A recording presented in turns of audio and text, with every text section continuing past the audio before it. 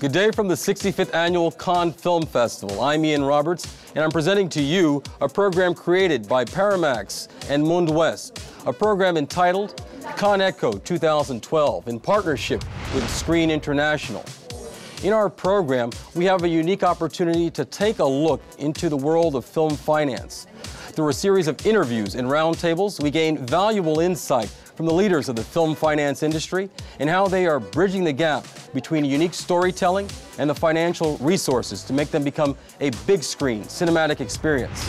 In this edition of our Cannes Echo series, we have a unique opportunity to sit down with editor Mike Goodrich of Screen International and two luminaries in the international film sales world.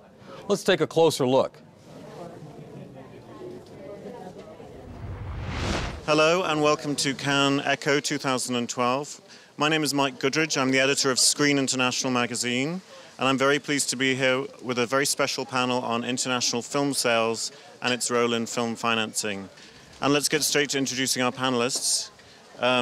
Two veterans of this international sales world, Guy East, who's one of the chief executives of Exclusive Media, and Hengame Panahi, the chief executive of Celluloid Dreams.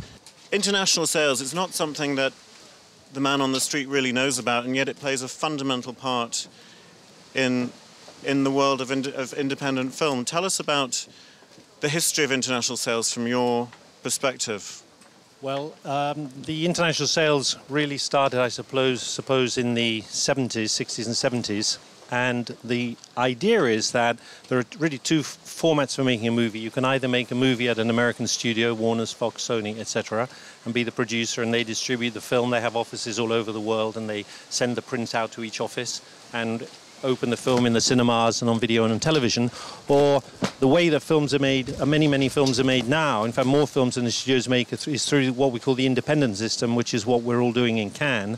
And this is where a producer will put together a screenplay, act as a director, a package, and budget the film, and then go out to every single territory in the world and license the rights to release the film in the cinema and on video and on television to an independent distributor in each territory.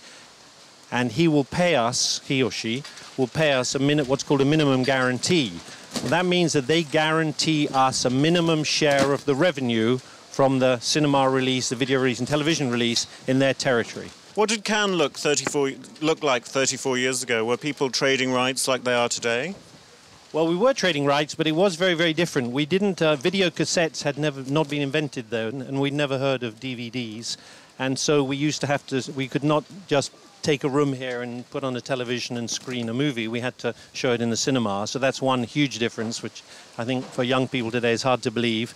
We didn't have fax machines, we had telexes, so you had to have runners running up and down the croisette from office to office and cinema to cinema, telling us what they'd seen. People did turn up with suitcases full of cash.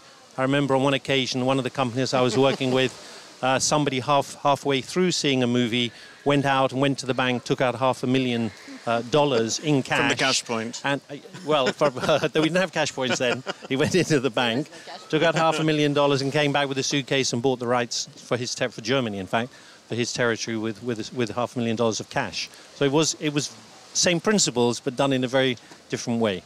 Hengame, tell us about your business. Your business is slightly different because you're not in the business of selling English language films. You've spent your career finding filmmakers around the world. In fact, non-English language is your forte. How did you start? I started creating my company with the goal of promoting talented independent filmmakers and with a vision of following them like a publisher would do with a writer, and not depending on how much the film would be worth on the market, but how much the director would be worth in a long-term basis and create his fame and career. And because it was independent, so to go around the world, knock, it takes an awful amount of time. So I came with this idea of saying that I will create a sort of a studio and put it at the service of the filmmaker, which is that we'll build relationship with distributors around the world and promise them as a first look the next movie of the same director. So together we'll create value around his talent and his movies. Tell us some of the filmmakers that you've worked with over the years. For instance, Takeshi Kitano was one of our first pickup. François Ozon, was another one. We had the Dardenne brothers. We had Jacques Rivette. We have now Jacques Audiard and Marco Bellocchio. And the list is really long. And what is interesting is that most of the time, even Walter Salles, already in competition here, we worked with Walter Salles' first film. We had Haneke. We had Kiarostami. Kiarostami, I really did his maybe 5 or 6 first films. Then afterwards they go to other companies, and this is a fair game.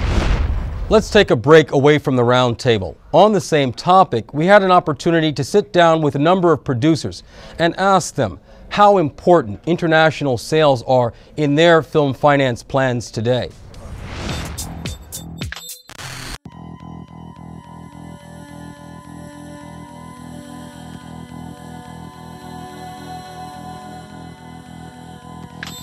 Pre-sales are very important.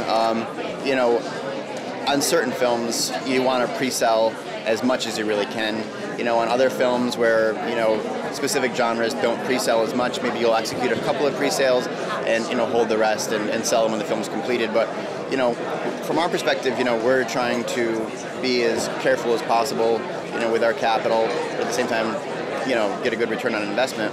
And to do that, from our perspective, we need to pre-sell a good portion of the film's budget.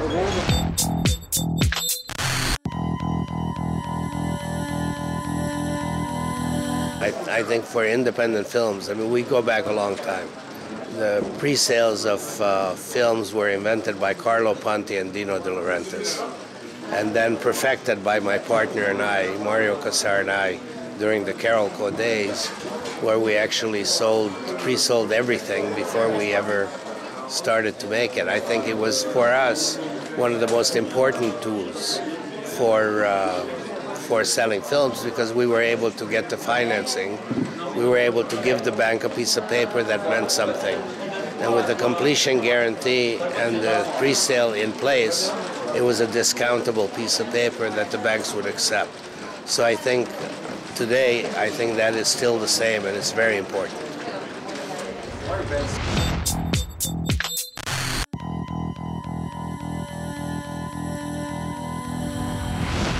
So, Guy, the distributors you deal with at Exclusive are sort of different from the distributors Hengame deals with.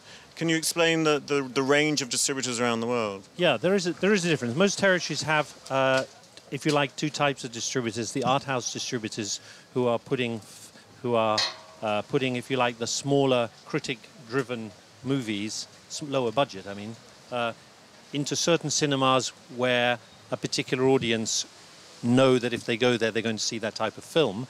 And then there are the other distributors who are buying the very big mainstream commercial movies with major movie stars, lots of action, lots of much bigger budget movies, and those are generally playing in different cinemas. What are the challenges for sales now? Video, we talked about video, but DVD is in decline now.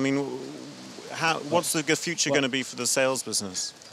Well, I'm sure it's the same for you. And for us, the drop of DVD has been terribly difficult. But now there's the rise of VOD and video on demand, which is bringing a whole new source of revenue. And the wonderful thing in our business is that just when you think it's going down, somebody invents some other system. And so there's a whole new source of revenue coming in from that, which is great. And it works for the foreign language films too, VOD? Actually, it's the same, but I would also add that, each time a media is created, it doesn't replace the previous one, it just sits next to it. So the market gets more segmented. So the problem is now that we are in a very concentrated and crowded marketplace.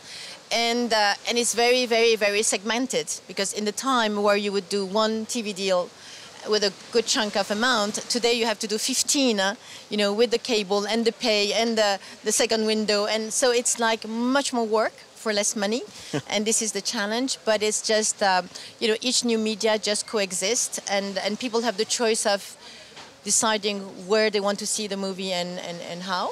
But, and this is it. But the problem is the transition. When DVD goes down and VOD is coming up, but not there yet. And this is like where we are in the downside of the wave. We're in a sort of no man's land. Yeah, this is the difficulty, but it hits every one of us. The reassuring thing for both of you is that people are still going to the cinema.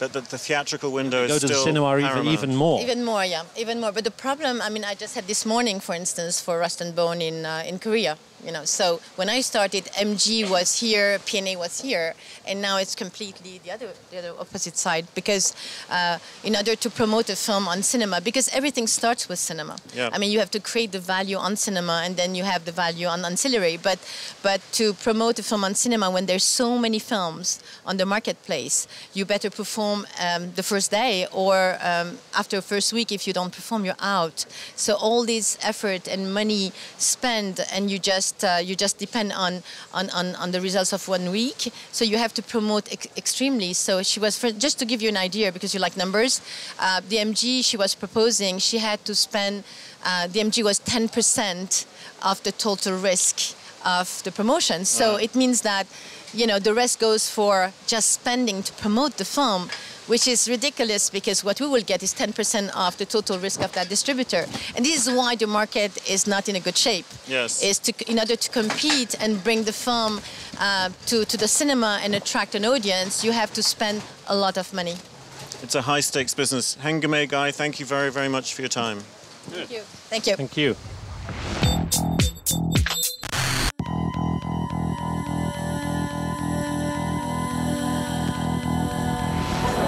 I think it's just being disciplined and waiting for the right deals, and knowing that they will come to you, and not being overly aggressive, trying to finance movies just so you have films in your slate for the year. There's an awful lot of films that get made every year that don't perform, and you need to just be disciplined and wait for the right deals, because they will come. Thank you for watching our ConEcho 2012 series.